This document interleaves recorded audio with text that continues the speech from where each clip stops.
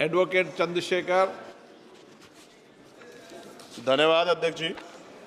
अध्यक्ष जी, देश आज़ाद हुआ 1947 में, लेकिन ये जो जातियां हैं जिनको आज हम विमुक्त जातियों के नाम से जानते हैं, 1871 के अपराध जनजाति अधिनियम के तहत इनको अपराधी जनजाति घोषित किया गया था। तो ये 1952 में आज़ाद हुए, 5 साल बाद।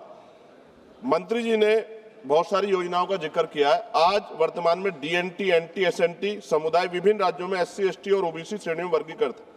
मैं मंत्री जी जानना चाहता हूं, क्या इस मंत्री जी के पास इनकी संख्या की जानकारी है कि इनकी संख्या क्या है, और जो योजनाएं बताई हैं उनके आंकड़े हैं कि कितने लोगों को उसका लाभ मिल रहा है? क्योंकि इनकी हालत अध्यक्ष जी बहुत बुरी, और इनको क्योंकि ये जैसा मंत्री जी की पलायन करते हैं तो वास्तविकता में इनको पूछने वाले, इनके साथ कोई अपराध हो जाता है तो सुनवाई नहीं होती, और इनका जो पुरानी पीढ़ी तो चली गई सर, जो नई पीढ़ी आ रही है वो क्या मुख्य धारा में कभी नहीं जुड़ पाएगी?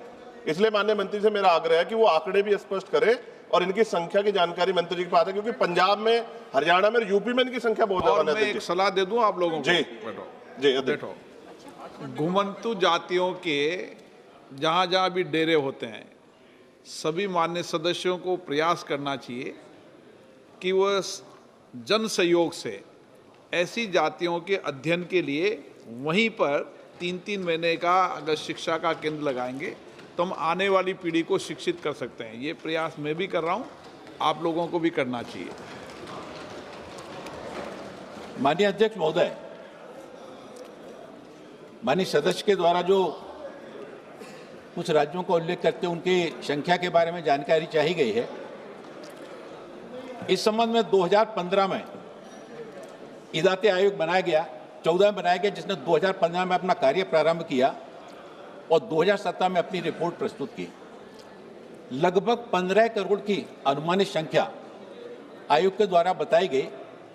राज्यों में, जिन राज्यों में विमुक्त, घुमंतु, अर्धघुमंतु समुदाय के बंधु पाए जाते हैं, उनके कल्याण के लिए, जैसा कि मैंने बताया कि सरकार के द्वारा सब समाज को लिए साथ में आगे है बढ़ते जाना।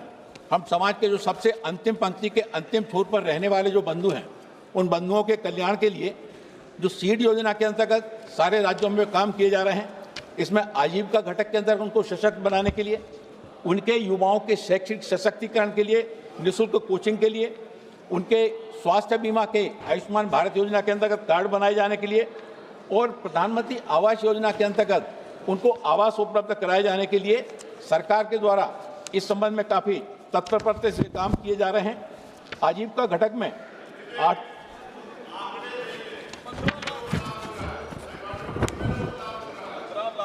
15 करोड़ की संख्या बताई कि 15 करोड़ जो है ना, हम तो सभी को लाभ दिलाने के लिए काम कर रहे हैं। राज्य सरकारों के सहयोग से सभी को, किसी को नहीं छोड़ना चाहते। मैंने आपसे जैसा कि कहा कि हमारी सरकार अंतिम पंक्ति के अंतिम छोर तक जो है ना, उसको भी योजनाओं का लाभ दिलाने के लिए माननीय प्रधानमंत्री नरेंद्र मोदी जी के नेतृत्व में काम कर रही है।